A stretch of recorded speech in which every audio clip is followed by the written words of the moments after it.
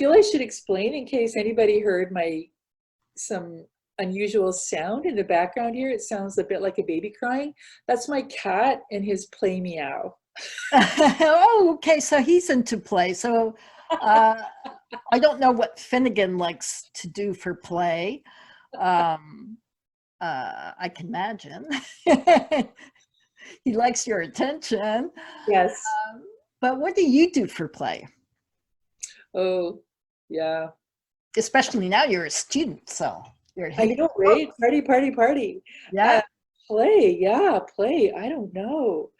Uh, I think for me, I think in terms of play, I think anything that is play for me is probably going to be something that makes me laugh. Um, and probably something that uh, isn't too intellectually challenging. Yeah, it's hard to say, right? I mean, for me, I don't really set aside much time for play. Mm. And, I think play maybe could even just be like going to English Bay and watching the sunset or something like that, right? But For sure. yeah, yeah, Whatever takes you out of your routine and reality, quite frankly. yeah. But I mean, there is a kind of, yeah, so that is a moment that would not involve any more processing than just being there, which I think is hugely important. But even, say, for example, last week I went on this virtual tour of an exhibit at the Museum of Anthropology. And I mean, there were no laughs in that tour because it was, a very, very serious subject. But how wonderful to have that time uh, and the ability going back to what's happening during COVID to actually be in that gallery with somebody who's giving us a guided tour and an explanation of what's happening in that exhibit. I mean, and so I was learning something new. I was seeing something new. I was going to a place that I don't get to often. So yeah, I would call that play. Mm-hmm, for sure. What an interesting experience too, because in some ways it's almost behind the scenes. It seems almost secretive to have that virtual tour. That's right. Yeah, yeah, it was wonderful. It was so beautifully done. Yeah. Now Yeah. you also paint, as I recall, I right? do, yeah. And how that started, well, to be honest, I haven't in a couple of years. But Oh, how that started was I was stuck on a play that I was writing, and the main character, the central character, is a painter, and so I thought, well, I maybe this will help me get unstuck, figuring out a little bit of what her process would be, because one of the criticisms I had in the first draft was that she didn't seem to take her painting seriously. Um, and so, yeah, and so I took a painting class and I really, really loved it. oh wow! So you hadn't painted ever before? I had, but not since high school. I took a painting class when I was in high school. And I think then I mean, I still do struggle with this, feeling quite inhibited about doing things right. And Mm. of course, I mean, I think I think there is a point to that, but I think once people start to develop their own style and so on, there's no right or wrong. It's just what looks beautiful to you and what you want to share. So, yeah, I think that for women, perfectionism is the biggest barrier to absolutely everything. it's terrible. It's a Yeah. horrible affliction. Mm-hmm. Yeah. And it is something that we pick up at a very, very early age, the Mm. coloring inside the lines. Yeah. I got to break those rules. Yeah, absolutely. Absolutely. Smash them. But I think it's not a bad idea to know them and then smash them. Yes. Yes. Exactly. Exactly. And that's actually when it comes to creativity, that our biggest icons in fiction and fine arts and movies, whatever it may be, are the rule breakers. That's right. Yeah. And just the ability to take everything to another level, or at least a different perspective. Yeah. That's right. Yeah. Yeah. after all, we're human and we're always evolving. We are. I mean, and that is the amazing thing, you know. Well, I think not all of us are, but I think, yeah, there is a certain mindset, I think, that is always curious and is Mhm. always wanting to evolve. Yeah. So how has your creativity evolved? I think a higher level of commitment to it, I think, is one thing. I mean, as you know, I stopped doing everything for about 20 years. Um, and also But realizing did you, I mean, I'm sure you were in those 20 years, you were creative in other aspects, uh, or did you entirely stop? it was pretty much a shutdown. It Yeah. was a shutdown. There's the odd bit of poetry, the odd short story. But yeah, it was, yeah, pretty much a shutdown. I got very much into a linear world of teaching. Um, and you know, but I mean, I always read and so on. So lots of input, but not much in the way of output. And that was mostly because of Yeah. career. But career, and I think I had a I think I fell into a bit of a depression, actually. Um, and I felt like I really need to get out of theater and making myself vulnerable in a certain way. Mm. And so, um, yeah, yeah. But here's an odd coincidence. I think the last show I had that was performed at the Women in View Festival, actually. So we're going back to the 90s, mid 90s. Um, and I came home from my first day of teaching and turned on CBC, and I heard, like, within 10 minutes of coming home, honestly, I heard Jerry Wasserman's review of my show, and it was complete coincidence. I just turned on the radio, and I sat there and thought, like, what have I done? Like, what have I done here? But it, yeah, it did take me all that time to start getting back into it. But someone told me, Peter Elliott Weiss, I did a bit of work with him. He was living here. He's a playwright and a professor at University of Toronto now, actually. But at one point he said to me, you know, you will always come back to it, and it doesn't matter if you're in the seniors' home. When you do, you will always come back to it, and he's quite right. It's home. Yeah, it is home. It's entirely home. Yeah, Mhm. yeah. And an interesting thing that I noticed at the Fringe in Toronto, actually, was there were at least 3 other artists who were probably my age or older. And and I think it's wonderful that people just keep doing their work. Mhm. Yeah. Mhm. I think the opportunities do change. I think we need to start being really pretty proactive about finding our voices, or finding ways to share our voices. Um, but yeah, it was wonderful to see. And in fact, there was one show that I went to see. Shoot, and I can't remember the artist's name. She's a Vancouver performer, and I'm so embarrassed I can't remember her name. But I went to see her show in Toronto, and it was sold out. And she was writing about aging. Mm. It was sold out. Every performance was sold out. Yeah. That was wonderful, right? So there is obviously an audience for this. Yeah. Susan For Friedman. sure. And the way I see it is every woman needs to claim her voice and put her stamp on the world.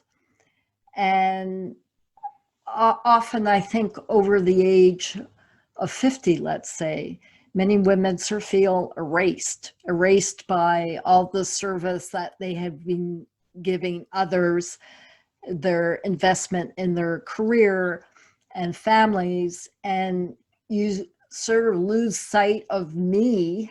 And I think play and creativity is our ticket to claim our voice, and maybe that's why there are so many female artists of a certain age, as they say, starting to lay claim to that and open those doors.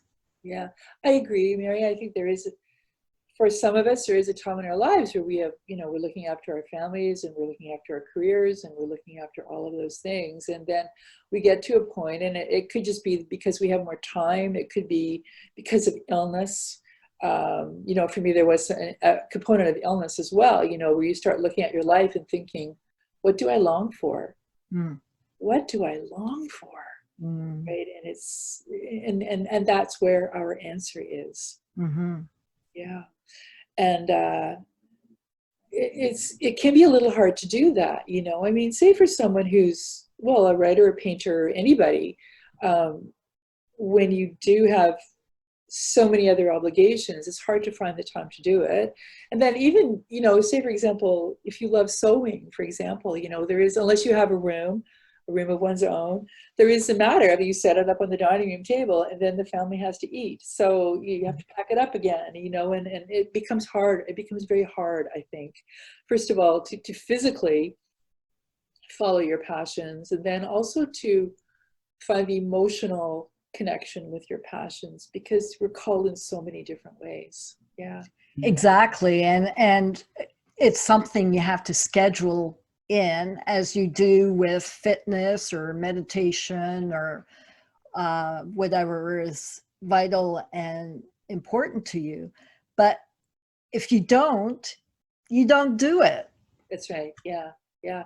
And in terms of creative playtime, I mean, even a simple thing like, and I haven't done one for a while, right? So I shouldn't talk like this is, I'm a big expert on this, but doing like a vision board, for example, like even the process of going through magazines and cutting up pictures and putting them on a big piece of cardboard, and even that is a certain kind of creativity that helps us focus on what we want. And it is play, it is creativity. It is a matter of selecting, ideas and thoughts and patterns and words that appeal to us and translating them into our vision on a page that is very empowering and also very clarifying. Mm-hmm.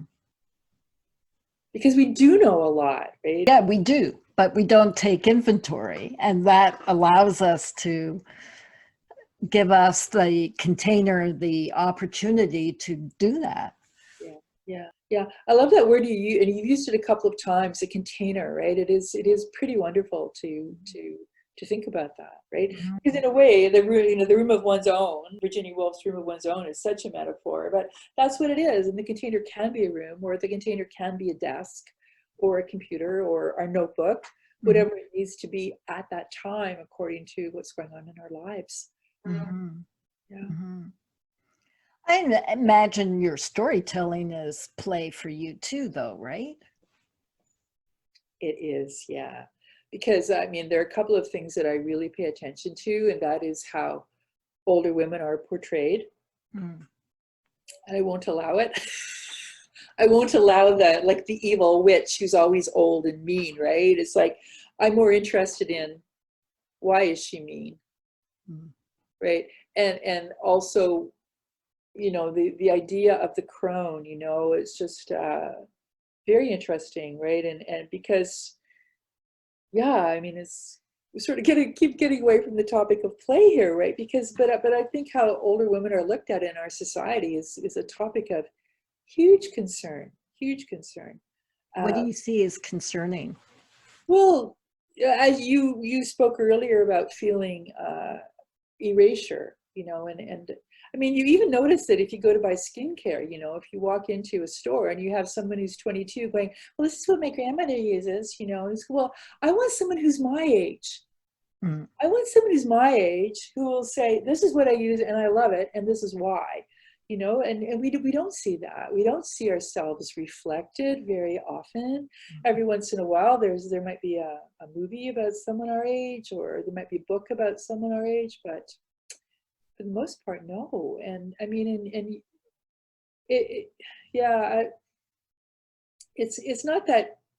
I mean, youth needs its time, it needs its moment, but I think that we also need our time, and we also need our moment, and there's so much collective wisdom and so much collective compassion and experience and all of those things that we ought to be sharing with the world, and that the world ought to be open to receiving.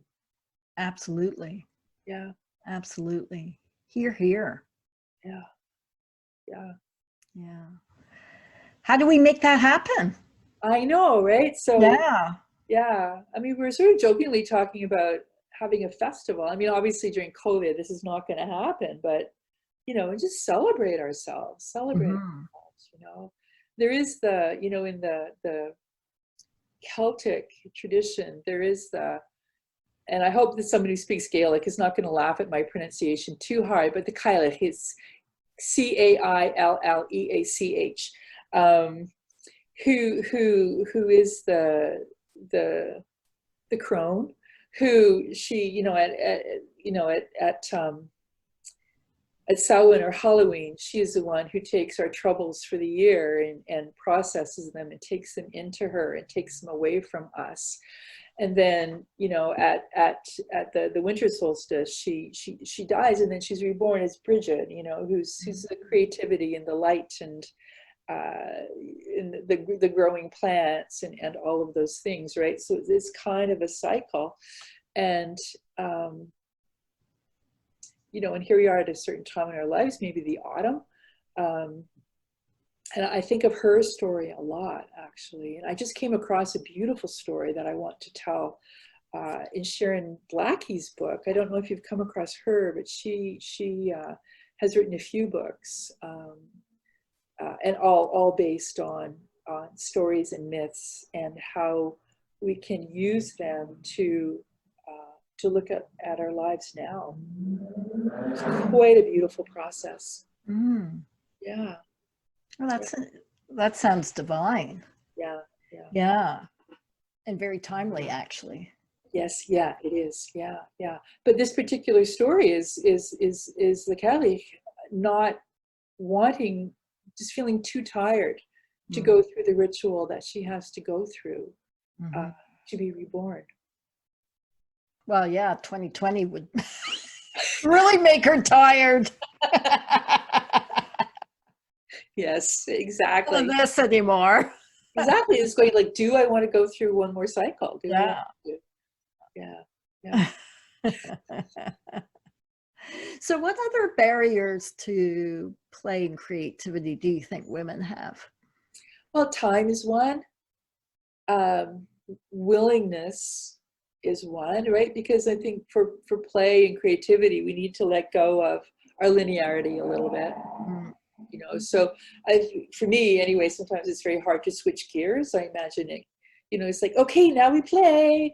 And then, you sit at your computer for half an hour and go like, I'm not in the mood, and I'm or yeah. But I mean, we do this with little kids, right? I mean, and I think too, as adults, we get a bit more self-conscious and judgmental about our playtime. It's like, so you might sit down at buy a sketchbook and buy some pastels or something, and you start noodling away at it and go, oh no, I hate this, it sucks, like I'm horrible, I can't draw. We have all these kind of negative ideas. Whereas little kids, when you give a 3-year-old some crayons and they just go. Yeah. They just nothing go. stopping them. No, there's nothing stopping them. And they feel that they're just fine with whatever they are, and like how terribly insulted they are when you don't recognize that they've drawn a cat. It's like, how could you not see that, and I don't know at what age we start getting that critical judgment telling us that it's not good enough, but I think we all go through it. And it's a terrible inhibitor. Oh, it just sucks the joy of play right out of you, doesn't it? Yeah, it does. It really does. And the other thing about 3-year-olds is that they know that they fail and they don't care. Yeah. They just try again and keep leveling up. They do that with walking and talking and learning about their environment. Yeah. But we don't allow ourselves the same liberty. Yes, that's right. Actually, that's a really, really important piece of the picture. Yeah. And it is a matter of getting back to our authentic selves. And I mean, and so maybe this, maybe we should just go and get our finger paints and finger paints are a good one, right? Because there's just really no way you can make that pretty in a That's certain right. way. It's all going to end up being brown. I did a finger painting live on Facebook, and everything ended up to be brown, as it has to be when you finger paint. But it is such a fantastic experience, that sensory messiness, like pottery and clay. It's just getting all your senses involved. Yeah. It's just so luscious. I bet it is. But I mean, there's another thing too about, realizing that we don't have to be good at things. And I remember reading something that Henry Miller had written when I was in my 20s. It might have been Big Sur in the Oranges of Hieronymus Bosch. And he talked about his watercolors and how terrible he was at watercolors. But he loved it. And I remember reading that as a 22-year-old and going like, why would you do something that you're not good at? Like, that's ridiculous. Well, about 4 years ago, I started taking pottery classes, and I have to say, like, I am horrible at pottery. I have absolutely no gift for this. But oh my God, to sit there, and I have given up on the wheel, so I just do hand building. To sit there for 3 hours in a class and just like build something with your hands, and getting your hands dirty and breaking your nails and doing all of that, it's amazing. It is amazing. And also the camaraderie of just sitting at a little workbench with a couple of other classmates and chit chat and focus on our things, and we help each other as we're able to. Mostly it's me who gets the help, but it's an amazing experience. It's a bonding experience. And that's the other delightful thing about play, is that it allows you that social time with people that maybe you would never actually choose or pick. They may not be friends, but you have that one thing in common. And it's so fun just to talk about that and not what surrounds us, not the reality we're in. It's a sandbox, right? Yes, it is. Yeah. And it happens with acting too, we sort of make a joke about bad acting, but it's like when you deliberately try to act badly, it's really fun. It's a huge amount of I could do that. I could act badly. Right? But I think it's like people who are trying to be good but not successfully. That's the part that's awkward. But when you just go into it like a 3-year-old who's just discovered a crown and is using a towel as their and they're completely in that world. They are completely in that world. How wonderful! We all need our breaks from the world. Let's face it. So it sounds like all women should do improv. I think so, yeah. Yeah. Is that your recipe? So how are we going to reignite our creativity and our play? Yeah. Well, yeah. And I think we all must. Yeah. Yeah, I would say don't be limited. Don't think like, for example, if you're an artist, don't feel like, yes, of course, pursue that, but don't feel that that's going to be your only thing. Or, it's like for me, I always think of myself as a playwright, and now I find myself really excited about creative nonfiction, and I'm thinking, well, yeah, and I really love doing personal stories, but what about slam poetry? And you know what I mean? It's like the world is full of all of these things to do. So I think just do it. I mean, what do they say? See one, practice one, do one. Right. And now that so many things are online, I mean, like, for example, to do the story slam, I'm not sure if the Flame is up online yet or not. I have to check that. But the story slam definitely is. So I would, say, for example, if somebody's interested in that, the story slam stories are maximum 5 minutes. And check it out. Like, check it out online. And can you just be an observer? Yeah, you can. Yeah. So you can either choose to be a participant or an observer. Well, the story slam, you actually have to sign up ahead of time. So they have 10 storytellers. Okay. So everybody except the 10 storytellers is going to be an observer. Yeah. And now, I mean, normally you could be going into the restaurant, believe it's Hood 29 on Main Street. Um, but now that everything's online, I think they pre-record it, so you actually have 24 hours to watch the Oh, different performances and so on. that So would be fun. at your leisure as well. So like there are things like that, you know, or take a virtual tour or take a virtual class. I mean, I think there are all kinds of things that we can do online right now. So yeah, I mean, I have this is not someone that I know. This is someone I sort of have met up with online through friends of friends, who she's in France and she has workshops on journaling, Mm, right? And everything is done online. So, you know, there are all kinds of things like yeah. that we can do online. Well, let's face it, there's no risk. I mean, if you want to post something and show your work, you can. If you don't want to, you don't have to. I think there is tremendous value in sharing our work, though, I have to say, because quite often it's more than we think it is. Exactly. And uh, first of all, I think it's good to be vulnerable because that those butterflies in your tummy shouldn't be a barrier. If anything, it's exciting, right? They're telling you something exciting is about to happen.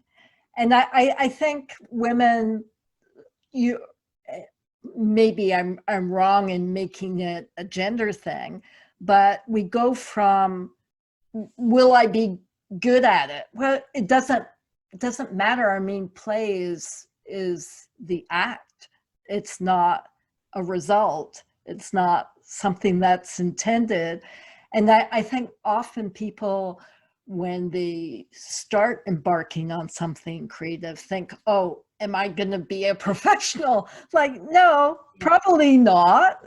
yeah, yeah. Um, but that's not the point. The point is the experience. The point is to do it. No, that's Yeah. right.